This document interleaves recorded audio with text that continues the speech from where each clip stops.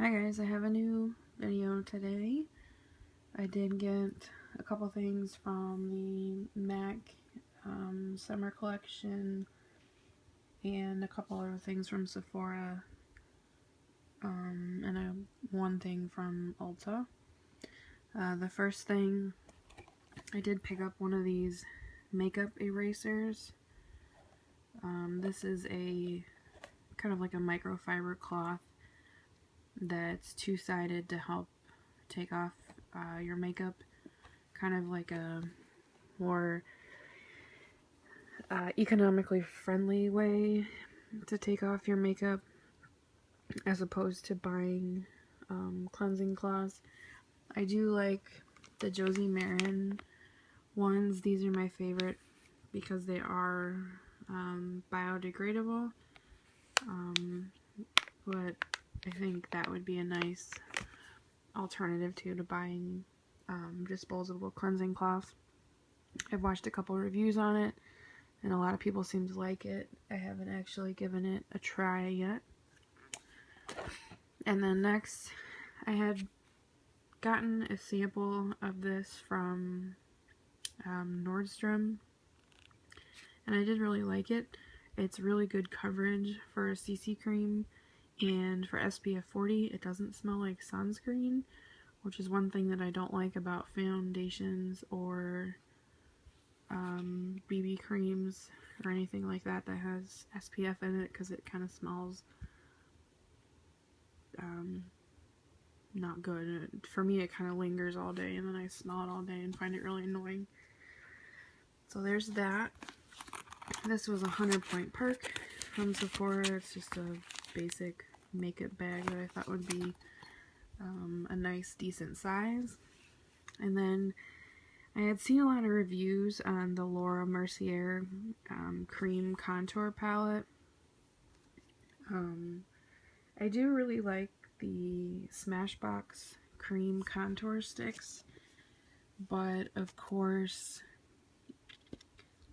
I find that I use the actual contour shade more than the highlight or bronzer, and I feel like I would run out of the contour shade very quickly, so I wanted something else that I could have that would be a little more last a little while longer. And you can't buy the Smashbox like just a contour shade by itself. I think that would be really nice if you could, but you can't. So I'd seen a lot of reviews on this palette, and a lot of people seem to like it.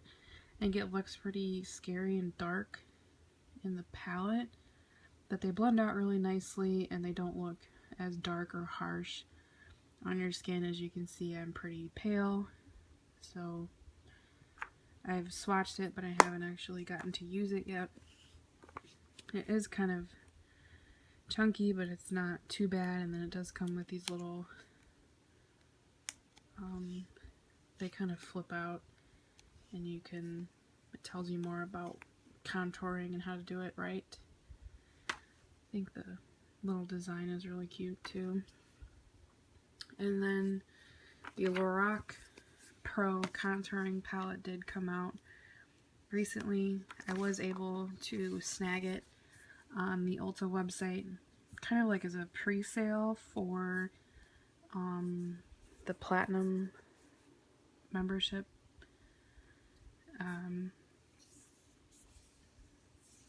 As you can see, it's a lot thinner than the Laura Mercier one, and kind of a little bit wider, but it is pretty thin, which I think will be easy to travel with. And then the shades, I actually like a lot more than the Anastasia palette. I think the Anastasia ones are a little more orange than the Lorac ones. And in hindsight, if I had waited for this powder palette to use on top of cream to kind of set it, I definitely don't think I would have bought this palette, but of course I've lost the receipt and I think it's beyond the timeline that I could return it. But if you can get your hands on the Lorac one, if you don't like the Anastasia one, I would definitely recommend this one. And then I did pick up a couple things. Oh, the Lorac palette does come with a brush too, which is actually pretty nice for a brush that comes with a palette. And then I did pick up quite a few things from the MAC Summer collection. I thought the packaging was really cute and kind of different than anything they've put out before. So I did pick up the matte bronze shade. I feel like this is just kind of a good staple bronzer because it's matte and doesn't have any shimmer. And then I also picked up the Delicates Studio Sculpt powder. I know a lot of people complained that this was really sheer. I don't necessarily mind that it's sheer. If I'm going to wear a bronzer, I don't necessarily want it to be really dark. So I don't mind it. It's a really interesting texture. And I didn't feel that I needed to have both of them, but I do like that I got one. And then of course I did pick up the Freshen Up highlighter. I originally skipped on this, and then by the time I went back to the MAC website the day it was released to buy it, it was of course sold out.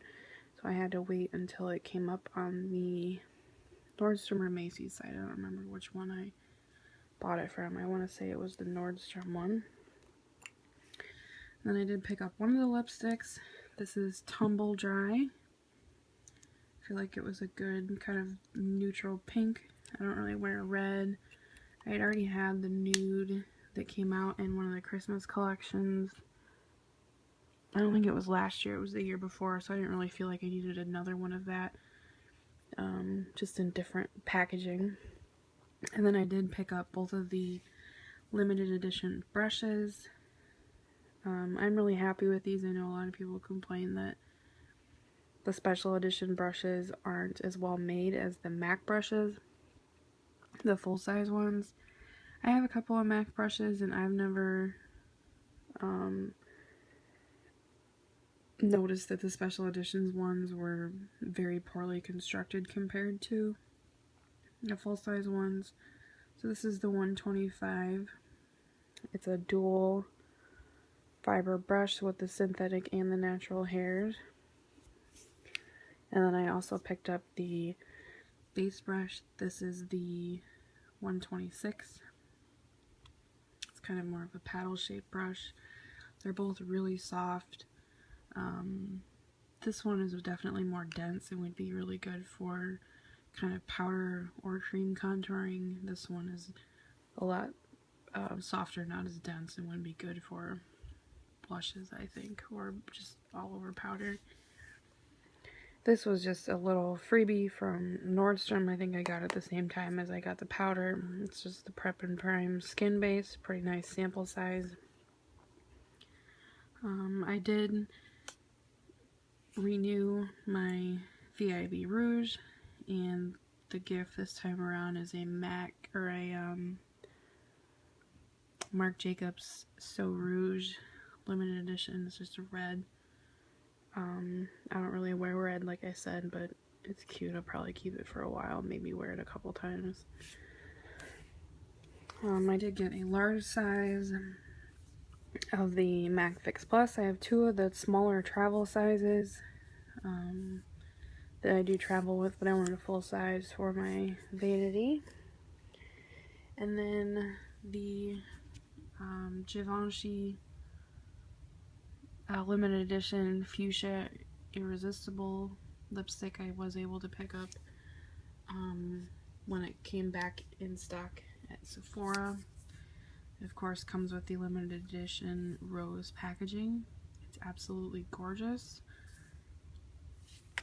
And then I also picked up just a regular Givenchy lipstick in Rose Perfecto. It's more of a brighter pink.